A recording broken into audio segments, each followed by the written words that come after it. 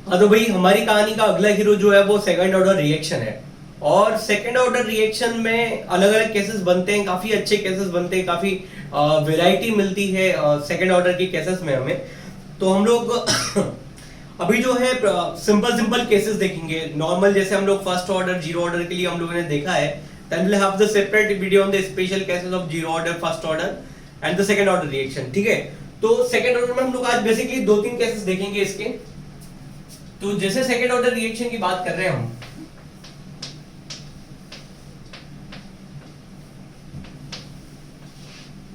तो second order reaction में क्या है, कहानी तो अपनी वही है कि कोई रिएक्टेंट ए है, ये रिएक्ट करके कोई प्रोडक्ट बना ले रहे हैं पी हमारे पास में। ठीक है,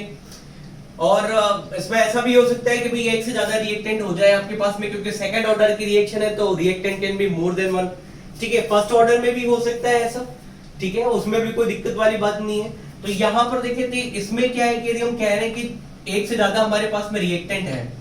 तो मान लीजिए ए प्लस बी जो है हमारा कोई रिएक्टेंट है, वो प्रोडक्ट दे रहा है हमें पी। ठीक है, और इसी में जब दो रिएक्टेंट हो आपके पास में, तो उसमें भी हम लोग फर्दर बात करते हैं कि हमारे पास में दो अलग अलग टाइप की सिचुएशन होती है। तो कहने का मेरा मतलब है कि तीन सिचुएशन जो है हम लोग यहाँ पे देखने वाले हैं। पहला तो ये है कि जब हमारे पास में एक ही रिएक्टेंट हो, दूसरी कंडीशन जब हमारे पास में दो रिएक्टेंट हो, और तीसरी कंडीशन में भी हमारे पास में दो रिएक्टेंट होंगे। लेकिन फर्क ये होगा कि भाई यहाँ पर जैसे हम लोग बात कर रहे हैं सिंगल रिएक्टेंट की, तो कहानी तो वही है कि इनिशियल कॉन्सेंट्रेशन, तो इनिशियल कॉन्सेंट्रेशन कितना हो गया भाई, टी इक्वल टू 0 पे इसका ए हो गया। ठीक है, किसी टाइम टी पे कितना हो जाएगा, ए माइनस एक्स हो जाएगा। अब इसको हमने किससे रिप्रेजेंट कर दिया, सी नॉट से, इसको किससे रिप्रेजेंट कर दिया हमने, सी टी के साथ में। ठीक है, जो प्रोडक्ट है हमारा, प्रोडक्ट का कोई अमाउंट बनेगा नहीं स्टार्टिंग में, जब रिएक्शन स्टार्ट हो रही है तो प्रोडक्ट का कोई अमाउंट नहीं है, तो that will B basically zero. और इसका जो अमाउंट है टाइम टी पे वो कितना हो जाएगा, एक्स हमारे पास में। देन यदि हम लोग इसकी बात कर रहे हैं तो यहाँ पर भी थोड़ा सा चेंज हो रहा है। यहाँ पर आप देख रहे हैं सेकंड वाली कंडीशन में भी दो रिएक्टेंट है, and third we are also having the two reactant. ठीक है, लेकिन दो रिएक्टेंट होने के बाद में कंडीशन क्या बनती है कि पहले वाले केस में हम कह रहे हैं कि जो इनके अंदर में इनिशियल कॉन्सेंट्रेशन है, ठीक है, जो इनिशियल कॉन्सेंट्रेशन है रिएक्टेंट ए और बी का, वो क्या है हमारे पास में इक्वल है। या हम कहें कि इनका जो इनिशियल कॉन्सेंट्रेशन है वो क्या है हमारे पास में सेम है। तो अब यदि इनिशियल कॉन्सेंट्रेशन सेम है और हमारी रिएक्शन प्रोसीड कर रही है फर्स्ट सेकंड ऑर्डर काइनेटिक के साथ में, तो जो चेंज इन कॉन्सेंट्रेशन है दोनों का वो भी क्या होगा, सेम ही होगा। तो एनी टाइम टी जो हमारे पास में अमाउंट रहेगा वो क्या हो जाएगा, a माइनस एक्स और a माइनस एक्स। वैसे इनिशियली जो प्रोडक्ट है, प्रोडक्ट का कॉन्सेंट्रेशन जीरो, और किसी टाइम t पे इसका कॉन्सेंट्रेशन क्या हो जाएगा, x हो जाएगा। तो पहला केस तो क्या ये था कि जिसमें हमारे पास में एक ही रिएक्टेंट है। दूसरे केस में क्या है, दो रिएक्टेंट है लेकिन दोनों का इनिशियल कॉन्सेंट्रेशन क्या है, सेम है। Then we have the third case. अब थर्ड केस में क्या है कि जो इनिशियल कॉन्सेंट्रेशन है रिएक्टेंट का, वो हमारे पास में क्या है, डिफरेंट डिफरेंट। तो हमने ए का बोल दिया स्मॉल ए और बी का हम लोगों ने बोल दिया स्मॉल बी। लाइकवाइज प्रोडक्ट का जो इनिशियल कॉन्सेंट्रेशन है that will definitely be zero. अब किसी टाइम टी पे जो कॉन्सेंट्रेशन होगा वो क्या हो जाएगा, a माइनस एक्स, और ये क्या हो जाएगा हमारे पास में, this will be b minus x and this will come out to be x over here. ठीक है, तो फर्क ये है कि भाई दो रिएक्टेंट जब इन्वॉल्व हो रहे हैं तो दो रिएक्टेंट में कॉन्सेंट्रेशन सेम भी हो सकता है और दो रिएक्टेंट में कॉन्सेंट्रेशन जो है वो डिफरेंट भी हो सकता है। ठीक है, तो we are dealing with both cases where the concentration is same and concentration is different. तो चलिए अब इनके लिए बस फिर क्या है, हमारी कहानी वही डिफरेंशियल रेट लॉ लगाना है। तो अब डिफरेंशियल रेट लॉ हमने लगाया तो वो क्या हो जाएगा हमारे पास में, minus D A by D t. ठीक है, that will be equal to k into concentration of A. अब ए जो है, ए की यहाँ पर पावर कितनी आ रही है, 2 आ रही है। भाई ए की पावर 2 आ रही है, तभी तो हम लोग कह रहे हैं कि जो रिएक्शन है हमारी कौन सी काइनेटिक को फॉलो कर रही है, सेकंड ऑर्डर काइनेटिक को फॉलो कर रही है। ठीक है, वैसे ही यदि हम लोग इसके लिए एक्सप्रेशन लिखें तो अब यहाँ पर एक बात देखो, जो रेट एक्सप्रेशन है, रेट एक्सप्रेशन से हमको पता है कि हम लोग क्या लिख सकते हैं, हम लोग लिख सकते हैं minus D A by D T, that will be equal to किसके, minus D B by D T, क्योंकि स्टोइकोमेट्रिक कोएफिशिएंट तो दोनों का क्या है, 1 1 है, तो then definitely this is going to be the equal. तो we have minus D A by D T that will be equal to D B by D T over here. ठीक है, और इनमें से इंडिविजुअली आप किसी को भी रिप्रेजेंट करना चाहो तो you can represent it by a minus x square. ठीक है, तो अब यहाँ पे a माइनस एक्स स्क्वायर मैंने सीधे लिख दिया, आप चाहो तो इसे a माइनस एक्स वगैरह मल्टीप्लाई करके, तो वो छोटी सी बात है केवल। तो अब जैसे यहाँ पर हम लोग बात कर रहे हैं पहले वाले केस में और सेकंड वाले केस में, और जब थर्ड वाले केस में देखोगे तो थर्ड वाले केस में डिफरेंस आ जाएगा। थर्ड वाले केस में क्या होगा आपके पास में, यहाँ पर भी आप लिख तो ऐसे सकते हैं कि minus D A by D T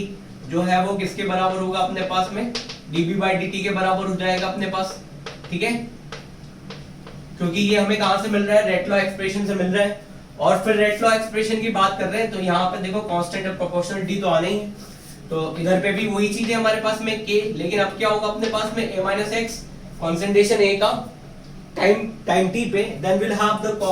b minus x, ठीक है, तो b माइनस एक्स क्या हो जाएगा, concentration of b at any time t। Likewise जब हम लोग आगे प्रोसेस करते हैं तो यहाँ पे जैसे डेल a है, तो डेल a तो आपको पता है क्या, change in the concentration of a। अब तो change in the concentration of a क्या है अपने पास में, जैसे मैंने बताया कि फाइनल माइनस इनिशियल, तो it will be ct, that means a minus x minus क्या होगा a, तो बचेगा क्या वहां पे हमारे पास में माइनस x, और अंडर मल्टीप्लाई करोगे तो क्या हो जाएगा आपके पास में, ये हो जाएगा आपके पास में dx, ठीक है। और ये जो हमारे पास में a है, ये क्या है, कॉन्सेंट्रेशन है टाइम t पे, तो वो कितना अपने पास में a माइनस x, तो इसको थोड़ा हम लोग रीअरेंज कर लेते हैं, सेपरेट कर लेते हैं वेरिएबल्स को, तो what will have, we will have a minus x square, ठीक है, and that will be equal to क्या हो जाएगा हमारे पास में k dt हो जाएगा भाई। अब वही कंडीशन हमारे पास में कहां पे है, यहां पर भी है, इसको थोड़ा सा सेपरेट कर लेते हैं हम लोग। वही कंडीशन क्या है अपने पास में, यहाँ पे भी है, a के टर्म्स में ही लिखेंगे तो वही कहानी होगी कि भाई a के कॉन्सेंट्रेशन में जो चेंज है वो क्या होगा, a minus x minus a, minus minus cancel, बचा क्या, माइनस a माइनस x बचा, तो वो क्या हो जाएगा, माइनस के मल्टीप्लिकेशन से प्लस x हो जाएगा, और हमें क्या मिलेगा, हमें मिलेगा भाई dx by dt, ठीक, dx by dt that will be equal to क्या होगा, kx स्क्वायर, और सेपरेट करेंगे तो क्या होगा अपने पास में, dx by dt will be sorry dx upon a minus x square, देन हमें क्या मिलेगा, k dt ओवर हियर, ठीक है। तो आप देख रहे हो कि जब हम लोग बात कर रहे हैं कि हमारे पास में सिंगल रिएक्टेंट हो या फिर दो अलग अलग रिएक्टेंट हो, लेकिन उनका जो इनिशियल कॉन्सेंट्रेशन है वो क्या होगा अपने पास में, सेम होगा। जो वेरिएशन आ रहा है वो किस वजह से आ रहा है कि इनिशियल कॉन्सेंट्रेशन सेम है या नहीं है। यहाँ पर दो रिएक्टेंट होने के बाद में इनिशियल कॉन्सेंट्रेशन सेम है, और यहाँ पर दो रिएक्टेंट अलग अलग होने के बाद में इनिशियल कॉन्सेंट्रेशन भी क्या अपने पास में डिफरेंट है। तो जब इनिशियल कॉन्सेंट्रेशन सेम होता है तो वो हमारे पास में जो एक्सप्रेशन आता है वो किसकी तरह आ जाता है, जिसमें हमारे पास में केवल एक ही रिएक्टेंट है, लेकिन वो क्या कर रहा है, सेकंड ऑर्डर की काइनेटिक्स को फॉलो कर रहा है, ठीक है। तो दोनों का एक्सप्रेशन आप लोग अब यहाँ से साइमल्टेनियसली चलाएंगे। अब यदि हमें क्या करना है कि बाकी सारी चीजें निकालनी है, तो हमें आगे इसका इंटीग्रेशन तो करना ही होगा यहाँ पे, ठीक है। अब इसका इंटीग्रेशन आप करोगे तो आपके पास में क्या हो जाएगा, क्या इसे मैं ऐसा लिख सकता हूं, a माइनस एक्स की पावर माइनस 2, ठीक है, इंटू dx लिख सकता हूं इसे मैं आराम से, ठीक है। और ये क्या हो जाएगा अपने पास में, ये हो जाएगा k dt ओवर हियर। अब इंटीग्रेशन लगा दे अपन, ठीक है। अब इंटीग्रेशन हम लोग किसका कर रहे हैं, dx upon a minus x था, तो इसकी लिमिट क्या होगी अपने पास में 0 से लेके x तक, और इसकी लिमिट क्या होगी अपने पास में 0 से लेके t तक हो जाएगी, ठीक है। अब जब आप इंटीग्रेशन करोगे तो इंटीग्रेशन करने पे आपको क्या मिलेगा, एक फॉर्मूला है यहाँ पर इस केस में, जैसे इंटीग्रेशन होता है तो वो क्या होता है अपने पास में कि x स्क्वायर, मान लो आपको किसी x की पावर n का करना है तो आपको क्या मिलेगा, वहां पर आपको मिलेगा x to the power n plus 1 upon n plus 1, ठीक है। यदि इसी को हम लोग यहाँ पर लगा देते तो n हमारे पास में कितना है भाई, n हमारे पास में यहाँ पे माइनस 2 प्लस 1 करेंगे तो कितना हो जाएगा, माइनस 1, और नीचे भी क्या हो जाएगा हमारे पास में माइनस 1 हो जाएगा। तो उसको हम लोग क्या लिख सकते हैं, उसको हम लोग लिख सकते हैं भैया, उसको हम लोग लिख सकते हैं a माइनस एक्स, ठीक है। इसकी पावर कितनी है, माइनस 1 हमारे पास में, नीचे क्या बचा हमारे पास में माइनस 1 बचा, और फिर हम लोग dx का जो है उसका वहां पे डिफरेंशियल देखेंगे तो वो क्या हो जाएगा हमारे पास में माइनस 1। तो ओवरऑल जो हमारी इक्वेशन है वो किस तरीके से हो जाएगी भाई, ओवरऑल अपनी इक्वेशन हो जाएगी 1 अपॉन a माइनस एक्स, ठीक है। ये क्या हो जाएगा अपने पास में 1 अपॉन a माइनस एक्स, और इसकी जो लिमिट है अपने पास में, इसकी लिमिट कहां से कहां तक होगी, x 0 से लेके भैया x तक हो जाएगी। वैसे ही ये तो अपने पास में क्या हो जाएगा, ये सिंपली हो जाएगा अपने पास में k इंटू टी, और टी की लिमिट कहां से कहां तक होगी, 0 से लेके टी तक। तो कहानी यहां से आगे यहीं पे बढ़ रही है, ठीक है। अब इसको आप रखोगे तो एक बार क्या होगा अपने पास में x के रिस्पेक्ट में, एक बार हम किसके रिस्पेक्ट में करेंगे, 0 के रिस्पेक्ट में। तो जो हमें मिलने वाली इक्वेशन है वो क्या होगी, that will B 1 upon a minus x, ठीक है, माइनस क्या हो जाएगा अपने पास में 1 बाय a हो जाएगा, और ये किसके बराबर होगा, ये अपने पास में होगा इक्वल टू kt। और यहां से यदि आपको t निकालना है तो क्या होगा वो हमारा expression, that will be equal to 1 by k equals to t, ठीक है। तो ये क्या है, एक अपने पास में इंपॉर्टेंट एक्सप्रेशन आ जाएगा for the further calculation of the second order reaction. जो सेकंड ऑर्डर काइनेटिक्स है, सेकंड ऑर्डर काइनेटिक्स जिसके अंदर में सिंगल रिएक्टेंट इन्वॉल्व हो या फिर दो अलग अलग रिएक्टेंट इन्वॉल्व हो, लेकिन उनका इनिशियल कॉन्सेंट्रेशन जो है वो क्या हो आपके पास में सेम हो, तो in that case you will have this formula for the calculation of the time required, life time of the reaction, half life of the reaction, dead constant of the reaction, वो सारी चीजें क्या है आप यहां से कैलकुलेट कर सकते हैं, ठीक है। अब वैसे यदि हम लोग half life of the reaction की बात कर लें तो हाफ लाइफ ऑफ रिएक्शन क्या हो जाएगा, half life of the reaction के लिए यहाँ पे हम लोग टी हाफ कर देंगे, और a माइनस एक्स जो है अपने पास में वो क्या हो जाएगा अपने पास में, a minus x will be a by 2 over here, ठीक है। तो जब आप इसे सॉल्व करेंगे तो आपको क्या एक्सप्रेशन मिलेगा, you will get 1 by a into k that will be equal to t half of the reaction, ठीक है। तो that is going to be another important formula for the second order kinetics. तो basically क्या है कि अपने पास में दो इंपॉर्टेंट फार्मूले हो जाते हैं सेकंड ऑर्डर काइनेटिक्स के लिए। आप इसे थोड़ा और रीअरेंज कर सकते हैं तो आपको और थोड़ा बेहतर मिल जाएगा, बट मेनली तो आप यदि एक फार्मूला याद रखें तो सेकंड ऑर्डर भी यहां से आप आराम से कर सकते हैं, ठीक है। तो ये तो बात हुई कि भाई सेकंड ऑर्डर काइनेटिक्स है, सेकंड ऑर्डर काइनेटिक्स जिसमें स्टोइकोमेट्रिक रेशियो आपके पास में कितना, स्टोइकोमेट्रिक कोएफिशिएंट आपके पास में कितना हो, 1 हो। यदि अलग अलग रिएक्टेंट है तो भी 1 होगा, और एक ही रिएक्टेंट है तो भी 1 होगा। तो उस केस में जो भी कैलकुलेशन है you can calculate it by using this equation, ठीक है। अब हम लोग बात करते हैं कि जो हमारे पास में अलग अलग रिएक्टेंट है, अलग अलग कॉन्सेंट्रेशन का जो रिएक्टेंट है उसकी हैंडलिंग हम लोग कैसे करेंगे, ठीक है। तो इसे तो मैं यहाँ पे रख देता हूँ। अब यदि हम लोग इसकी बात करते हैं तो इसकी कहानी ऐसी चल रही थी भाई कि मैंने कहा था कि आप डीए जो है, डीए में यदि आप चेंज इन द ए निकालेंगे तो that will come out to be कितना हो जाएगा अपने पास में, that will be dx by dt, और dx by dt will be equal to, that will be equal to k into a minus x, ठीक है, and this will be into b minus x। तो यदि आप इसमें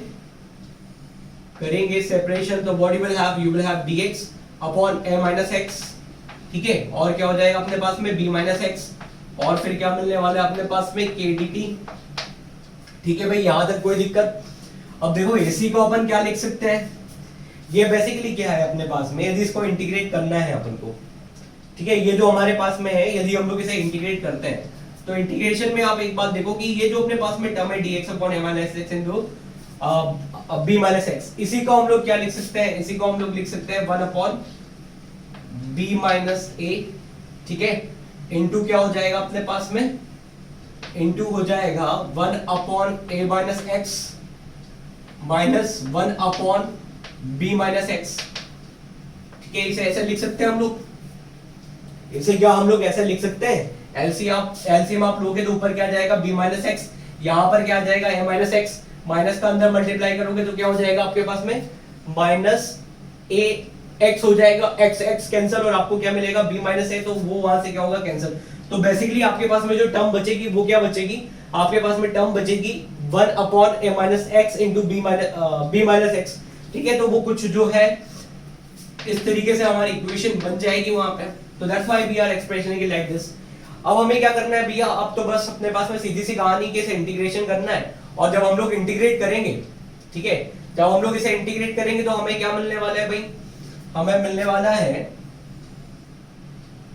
हाँ, तो हमें क्या मिल जाएगा, वी विल गेट 1 upon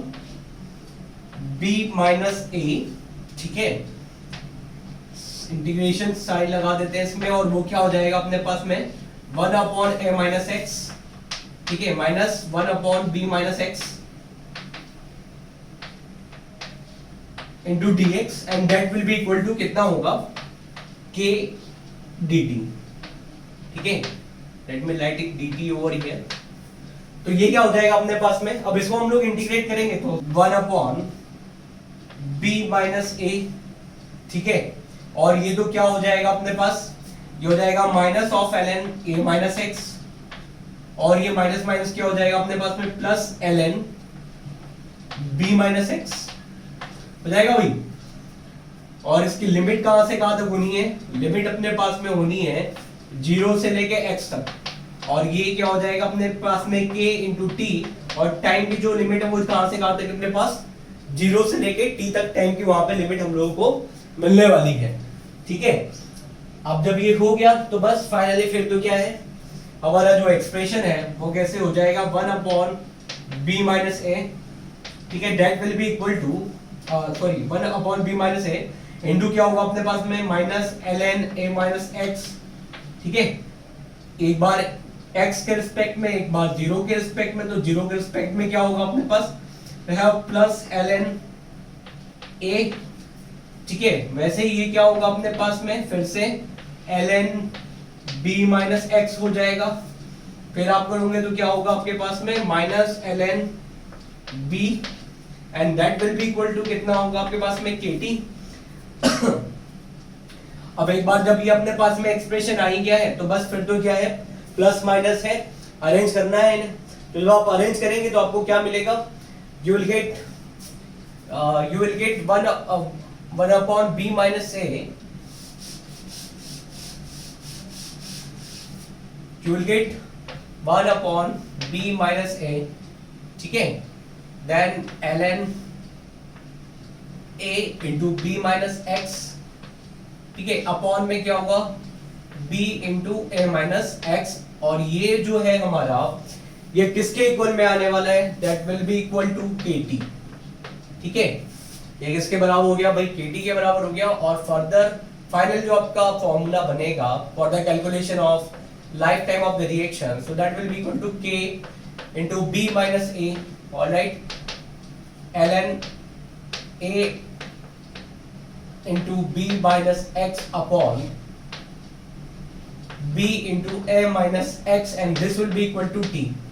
तो ये आपका एक फॉर्मूला बनेगा जो कि क्या करेगा life time of the reaction निकालने में हेल्प करने वाला है, half life of the reaction निकालने के हेल्प करने वाला है as far as the second order kinetics is concerned, और उसके अंदर में दो अलग अलग रिएक्टेंट इन्वॉल्व हो। इसी को हम लोग इस तरीके से भी एक्सप्रेस कर सकते हैं, कभी कभी आपको कुछ बुक में ये फॉर्मूला ऐसे भी मिल जाएगा, तो that is actually going to be the same. तो बस फर्क होगा यहाँ पे क्या होगा a minus a, and this will come out to be ln b into a minus x जो था हमारा सॉरी b minus x जो था वो क्या हो जाएगा a minus x हो जाएगा यहाँ पे, and you will get a into b minus x, ठीक है। That will be another formula for the calculation of the life time of the second order reaction, जबकि वेरिएबल क्या हो, जबकि हमारे पास में रिएक्टेंट क्या हो, उनका कंसंट्रेशन डिफरेंट डिफरेंट हो। तो यदि रिएक्टेंट का कंसंट्रेशन सेम होता है तो कुछ कहानी जो होती है यही वाली चलते रहती है, लेकिन यदि रिएक्टेंट का कंसंट्रेशन जो है अपने पास में रिएक्टेंट का कंसंट्रेशन यदि सेम होता है तो कहानी कैसे चलती है, एक सिंगल रिएक्टेंट टाइप की तरह चलती है, ठीक है। लेकिन यदि रिएक्टेंट का कंसंट्रेशन जो इनिशियली हमारे पास में डिफरेंट डिफरेंट हो तो फिर हमारी कहानी क्या हो जाती है, अलग हो जाती है, and then thing goes like this. Alright, so this was about the second order reaction, complete details on the second order reaction. Zero order हो गया, फर्स्ट ऑर्डर हो गया, सेकंड ऑर्डर हो गया, और उनके अंदर में जो जनरली पूछे जाने वाले वेरिएशन है वो भी हमने बता दिए हैं। Then will have the video on the nth order reaction, और इसके बाद में हम लोग वहां से बात करेंगे कि जो first order, second order, third order है इनके बीच में कंपैरिजन कैसे किया जाए, इनके बीच में क्या क्या डिफरेंस है, एंड देन विल सी कि इनमें वेरिएशन किस तरीके से होता है। ऑलराइट, सो